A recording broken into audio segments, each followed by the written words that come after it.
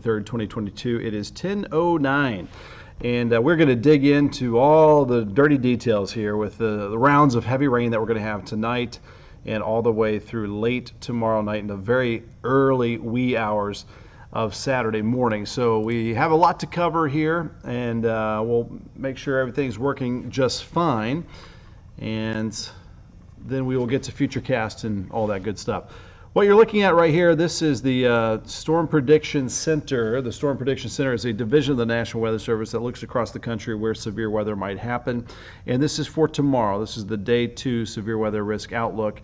And notice the severe weather risk is a lot higher for areas off to our southwest. And if we do see some severe storms, it looks like the biggest risk will be late tomorrow night as this area of low pressure, the center of the storm system, rolls right over the region, and will increase the risk of some strong, possibly damaging winds. Not like the Friday we had about a month ago, not the windstorm kind of thing, but still some very gusty conditions will be possible late tomorrow night into Saturday. Saturday, when we start to dry out, we could have some wind gusts around 40 miles per hour. So it's going to be a blustery day. If you have some plans to be out and about Saturday, just kind of keep that in mind. All right, just making sure everything is working properly here. And then we'll see who's tuning in for a moment, and then we'll get right to Futurecast and all that good stuff. All right, looks like audio is good, video is good. Hope you guys are good here at 10:10 on this Thursday. Feels like it's kind of been a long week. Anybody else? It's just me. Libby Ann, you're welcome. Thanks for watching here. Robbie Mays, looks like a lot of rain. It does indeed. Inches of rain will be possible all across the WHS 11 viewing area, but also throughout the Ohio River Valley Basin. So we are going to see the Ohio River swelling up, perhaps not the flood stage, but getting pretty high. Graphics full screen really quickly. Again, this is the risk of severe weather 1 and 2 out of the 5 severe weather risk categories. So overall severe weather threat for our region looks pretty low as far as severe thunderstorms, but the risk of flooding is actually looking pretty high for our area. And a reminder that from thunderstorms, the most dangerous thing from thunderstorms is flooding. So it's spring break for a lot of kiddos out there. Say Saturday, Sunday, the rivers, creeks, and streams are still high. Keep them away from playing in the raging waters that are going to be out there. We're going to have a lot of river systems and creeks that will be flowing over the banks and flooding out. So we got to keep that in mind. And turn around, don't drown is the phrase that you hear all the time when we have a flooding concern. Just find an alternate route. Don't try to test those high waters. All right, let me fix the screen here a little bit. And I am not Colleen Peterson. You can find her on Good Morning Kentuckiana. So let me put my name up there and I'll take hers off. There, we'll just trade that out. And so if I go back, hello, cut back, there we go. Now we got the right people on here. So we have the front, that's a cold front to the north, just to give you a little setup here. It's going to sag south late tonight. After midnight, we're going to start to see that heavy batch of rain that's out to the west move over areas along and north of the Ohio River. So southern Indiana gets the heavy rain first. Then it's going to stall out right over the top, basically Metro, Lowell, the Ohio River, I-64, right around that region. We're going to get waves of energy to ride along that front, and each time we get those little waves of energy, we're going to get waves of wet weather, heavy downpours, some rumbles of thunder, and eventually maybe some flash flood warnings. I think the main event is going to be late tomorrow night after we've really saturated the soils. It's really going to be primed for some of those flash flooding concerns for late tomorrow night, and maybe also some isolated damaging winds that we'll have to watch for as well. All right, so that's the setup. We're going to get to Futurecast here in just a moment. Just looking over some of the comments. Christina Ferenci, tornado risk is very low, thankfully, but good question. Alice Young, good evening to you. Lillian Lasley, thanks for tuning in. Maddie Wagonist. We've got Sandy Pritchard. No high winds tonight, Sandy, and the winds won't be bad tomorrow either. It's going to be tomorrow night into Saturday when the winds will start to ramp up. Lacey Roberts, check your sump pumps. Yeah, hopefully they are all working well. And hopefully we don't lose power again. I don't know if you've taken a walk in the woods lately, but there's a lot of trees that are like this, leaning over from being damaged from the windstorm that we had not long ago. So I can imagine it might not take quite as much wind to knock over some of those trees that are damaged. I've seen a lot of them very close to power lines still, and so that we might get some power outages, not as widespread, obviously, as the windstorm, but we may get some power outages tomorrow late night. Jennifer Franklin, thanks for watching. Perry Porter from Borden, Indiana.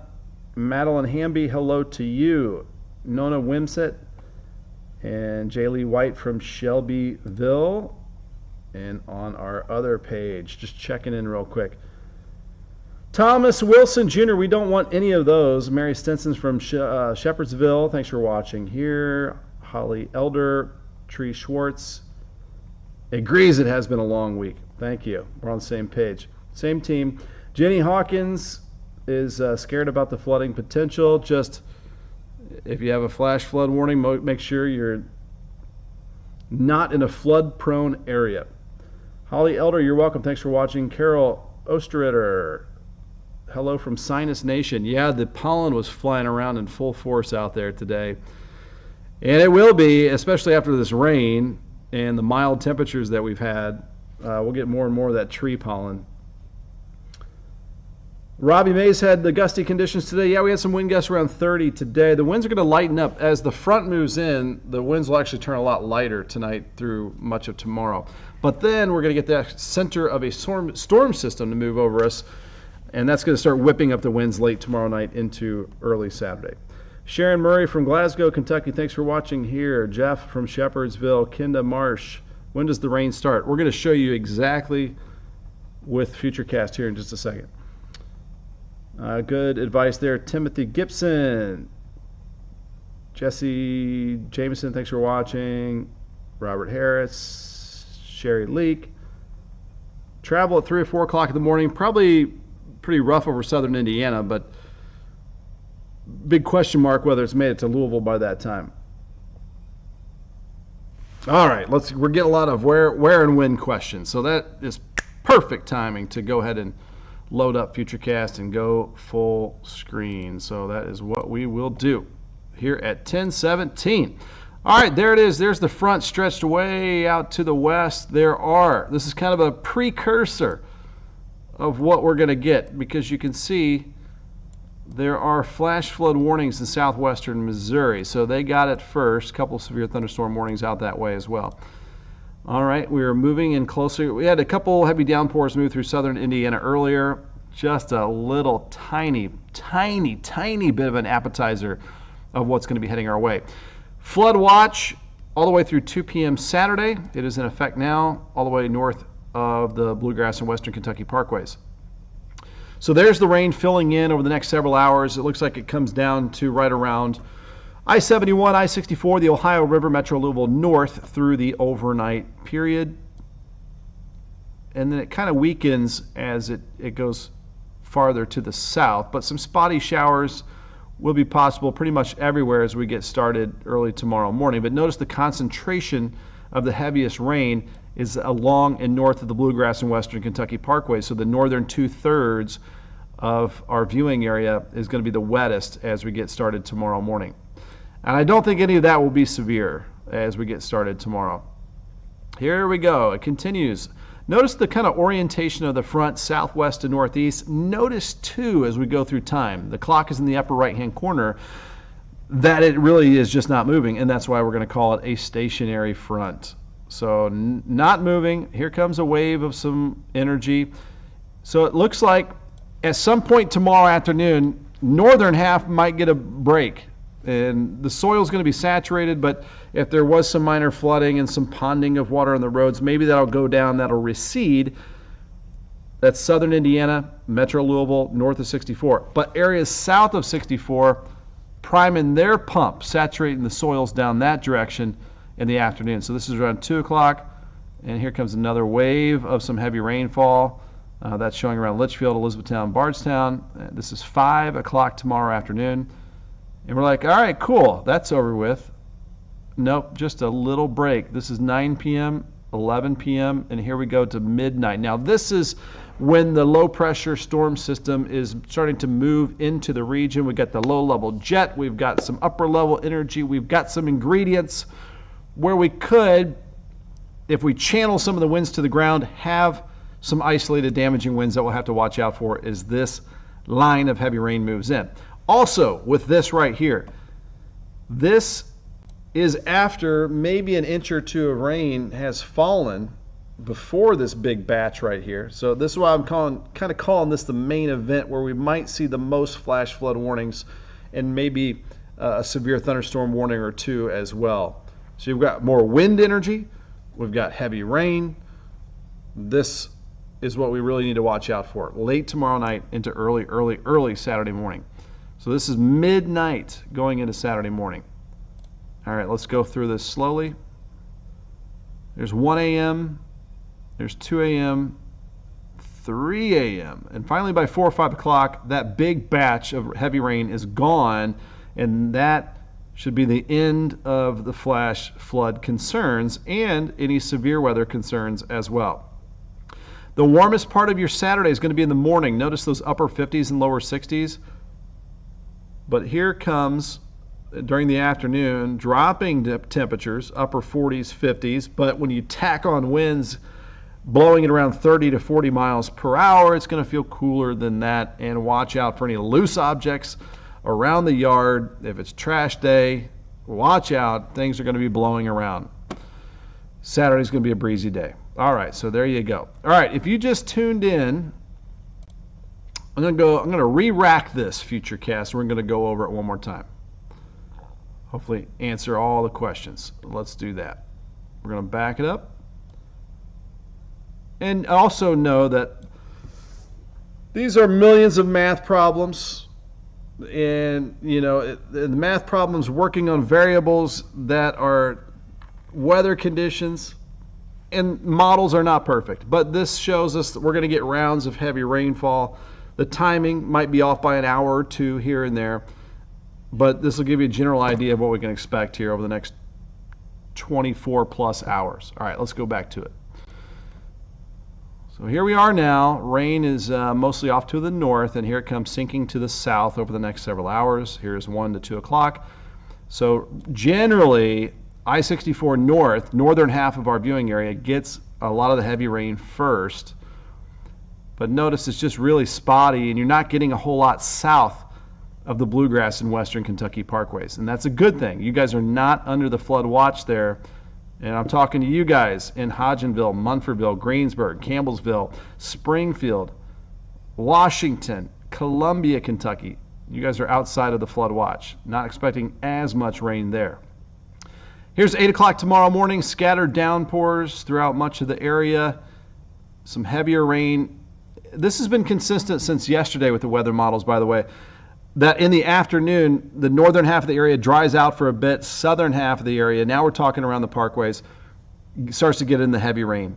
So this is 2 p.m., 3 p.m., 4 p.m., 5 p.m. Then we get a little break, perhaps, before, again, the main show right there, the main event, as we approach midnight Saturday. And then that'll finally push off, and just dealing with some really gusty conditions for the rest of Saturday. Sunday, definitely the pick day if you want to get out and about and enjoy the weather outside. 60s and some sunshine. Grand total rainfall amounts, anywhere from about 2 to 4 inches. Now, there could be some overachievers that pick up more than the others, which means you might get 5, 6 inches of rainfall. That's where you're going to get some of the flash flood warnings. Again, these numbers are not perfect. The bullseyes shift up and down, compared, contrasted to what actually happens in reality. But this gives us a good idea of what we can expect in the soils by late tomorrow night, 2 to 4 inches in general. Lighter amounts the farther south of the Bluegrass Parkway, you go towards the Cumberland Parkway. So what does this do to the Ohio River? It looks like it will stay below flood stage, but something to watch late in the weekend into next week. Smaller river systems, not so much. This is the Muscatatuck River. We've got the Blue River in Indiana, the East Fork of the White River. In Kentucky, you got the Salt River, the Rolling Fork, Rough, Green. Green probably not so bad because you're farther south. But all these smaller river systems, notice that they go up very quickly and then they go back down. So normal level with the Muscatatuck and Deputy, Indiana is only 4 foot. It might go up over 23 feet, maybe even above 25 feet up to flood stage. So watch out if you have any interests around some of the river systems around here. Flooding will be possible. Right now, we are in the 60s, 66 degrees at Louisville Muhammad Ali International Airport. It was a warm day out there, 72 for that high temp, and a breezy one as well. It's you can see where the front is right now. 51 in Seymour, 55 in Mitchell near Bedford, Indiana, and then it's still 68 to the south. So the front is starting to drop into southern Indiana right now. 7-day forecast. After we get this heavy rain event out of here, a quieter weather pattern, and I would just call it seasonable, cool/mild. Should stay in the 60s Sunday, low 60s Monday, and a couple showers maybe possible Tuesday. Not seeing any significant storm systems until maybe late next week. But this one's a pretty big one. This one's a doozy. Hopefully we get through it all right. As far as the flooding, flooding's nasty this time of the year. It gets real muddy for a while. It can be hard to dry out. It's kind of nasty, and hopefully we can dodge as much of the severe wind potential as well. Again, if we get some severe thunderstorm warnings, it's going to be most likely late tomorrow night and then into early Saturday, although there might be a couple rogue severe thunderstorm warnings here and there along that front at some point tomorrow as well. If you ever get a warning, make sure you just seek shelter. We'll keep you up to date. WHS11.com, WHS11 app, and on air, of course, on WHAS 11. All right, it is 10:26, and I will see you guys in about 34 minutes on WHS 11 19. And if not, sleep well. Have a peaceful